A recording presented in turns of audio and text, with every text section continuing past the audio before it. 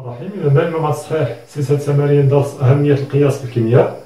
وصلنا الآن تمرين 8 من السلسلة المعطية كتقول: كمية فيتامين سي التي ينصح باستهلاكها من طرف الكبار يوميا هي 80 ملغ باغ جور. إذا كمية فيتامين سي لازم تناولها من طرف الكبار هي 80 ملغ باغ جور.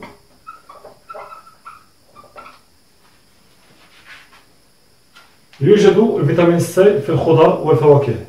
أولا، تناول شخص خلال يوم 220 غرام من البطاطس المطهية.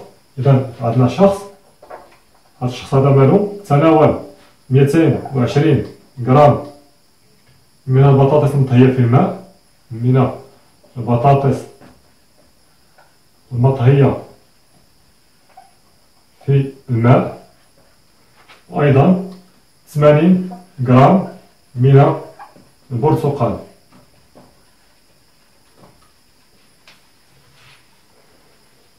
كمواد تحتوي على الفيتامين سي: تحتوي 100 غرام من البطاطس على 20 ملغ من الفيتامين سي. إذا البطاطس كتحتوي على 100 على 20 ملغ، فيها 20 ملغ من الفيتامين سي. ويفقدها طهيها في الماء 60% من هذا الفيتامين. يعني شحال تبقى فيها؟ 40%. إذا هاد البطاطس هذه فاش كتكون مطهية كتبقى فيها غير 40% من هاد الكمية هادي. إذا شحال هي؟ إذا تفقد 60% من فيتامين سي. بينما 100 غرام من البرتقال تحتوي على 50 ملغ من الفيتامين سي. إذا البرتقال عندنا 100 غرام من البرتقال كتحتوي على 50 ملغ، 50 ملغ من الفيتامين سي. السؤال: هل استهلك هذا الشخص كمية الفيتامين سي التي ينصح بها، يعني 80 ملغ باغ جور؟ إذا شنو غنحاولو نديرو؟ غنحاولو نشوفو هاد الشخص هذا شحال ديال الفيتامين سي كلا في هاد المواد.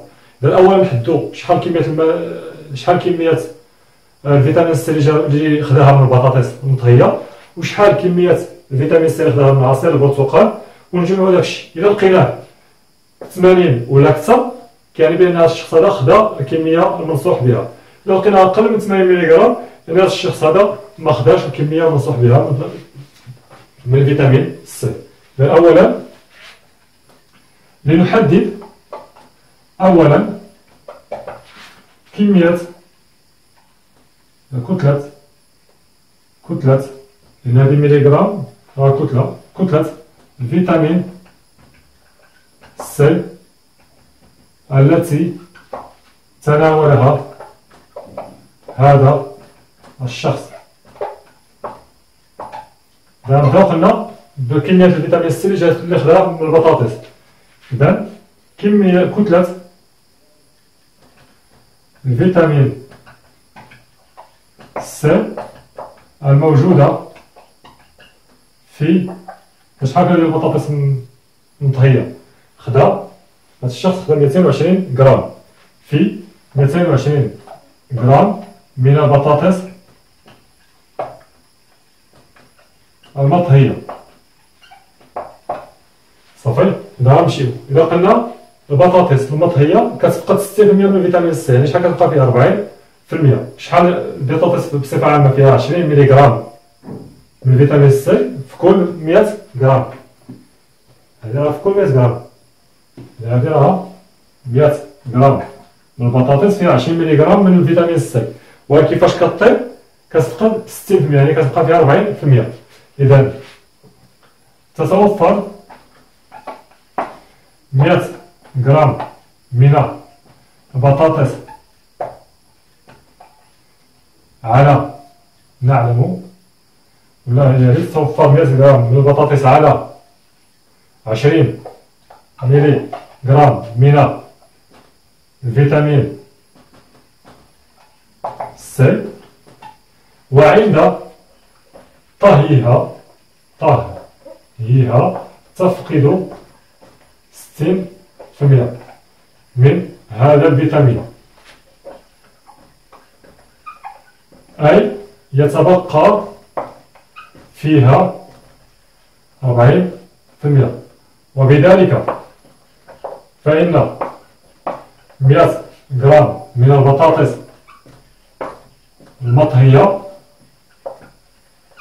تتوفر على، إذا قلنا 40%، إذا 40 في هذا الكيلو في 20 اللي في البطاطس كمطر في 20 مليغرام ونقسموها على 100، إذا كتساوي لنا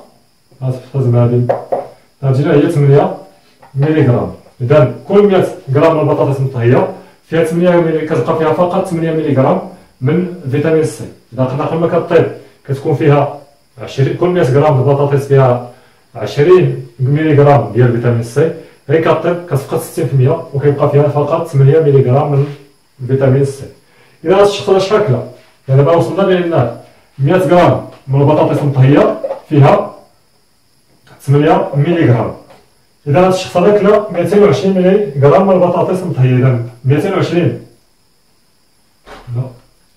إذا 220 غرام من البطاطس شحال تكون فيها ديال الكتلة الفيتامين سي؟ نسميها مثلا ام واحد.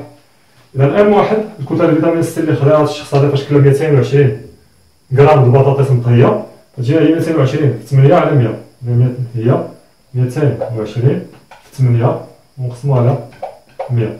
إذا جينا ام واحد كتساوي لنا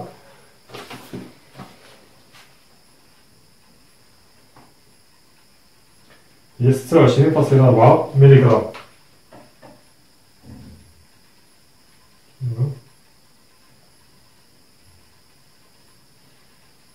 إذا هذا نتأكدو منو، إذا غتختزل هادي، إذا 2.2 إذا 22 في 8 16 تبقى لنا واحد هي 17، إذا 17.6. هذه هي الكتلة اللي جاتو من البطاطس.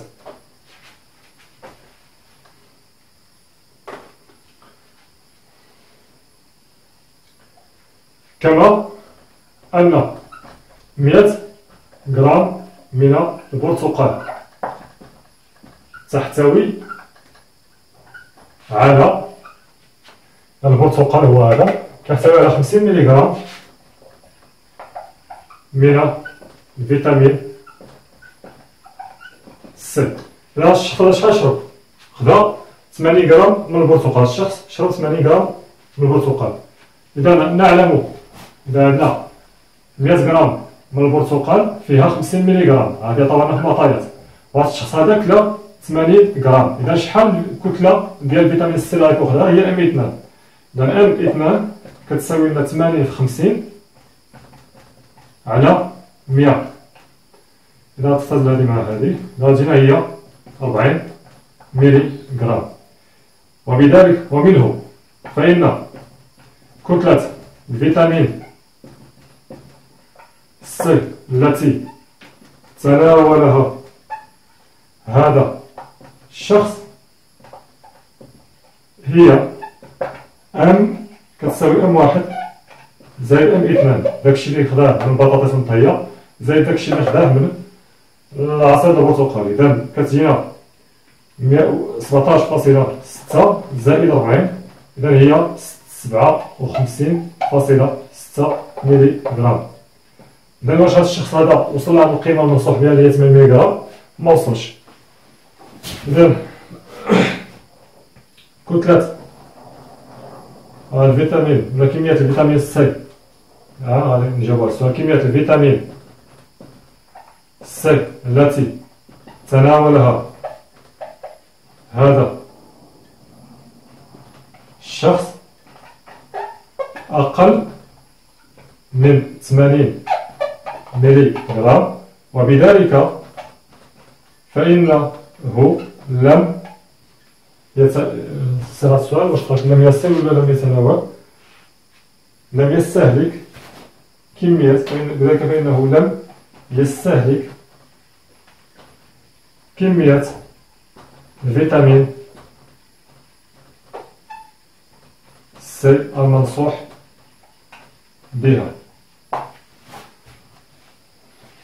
هذا السؤال الثاني قال لك ما حجم عصير البرتقال اللازم شربه خلال يوم لاستهلاك كمية فيتامين سي الضرورية عند تناول عصير البرتقال فقط. تشير بطاقة هذا العصير أن نسبة الفيتامين سي فيه هي 30 ملغ بار لتر. عندنا واحد العصير، هذا العصير هذا كتبين عليه بأنه كيحتوي على نسبة الفيتامين سي فيه هي 30 ملغ بار لتر، يعني بطريقة واحدة أخرى كل لتر من هذا العصير هذا فيه 30 ملغ. هذا الشخص هذا شحال خصو يشرب ديال هذا العصير باش يوصل لعند الكمية المنصوح بها اللي هي 80 ملغ؟ شنو غنديرو؟ هذه الطريقة الثلاثية. إذا لترو 30 ملغ كاينة في لتر، 80 ملغ في شحال غتكون؟ شحال الحجم اللي خصو يشربو؟ وغنديرو الطريقة الثلاثية.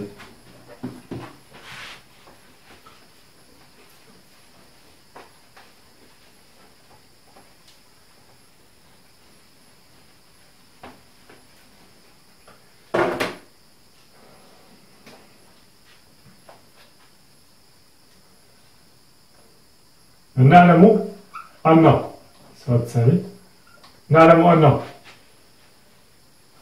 تركيز الكتلي للفيتامين سي في هذا العصير هو 30 ملغ بار لتر، 30 ملغ بار لتر. ومنه إذا 30 ملغ كاينة في واحد لتر، لتر من العصير فيه 30 ملغ. إذا حنا ما باغيينش 30 ملغ، حنا باغيين نتناولو 80 ملغ، إذا شحال الحجم اللي خصنا نشربو؟ في غنديرو الطريقة الثلاثية. إذا في غتكون هي 80 في 1 على 30. إذا حجم العصير الذي يجب شربه حتى يتم تناول الكمية المنصوح بها من الفيتامين سي هي في كتساوي لنا 80 في 1 على 30. إذا 8 على 3 غتجينا هي 2.67 لتر. إذا خص يشرب 2.67 لتر باش يقدر يكون تناول الكمية المنصوح بها إذا بغا يعتمد فقط على هذا المشروب، هذا العصير هذا.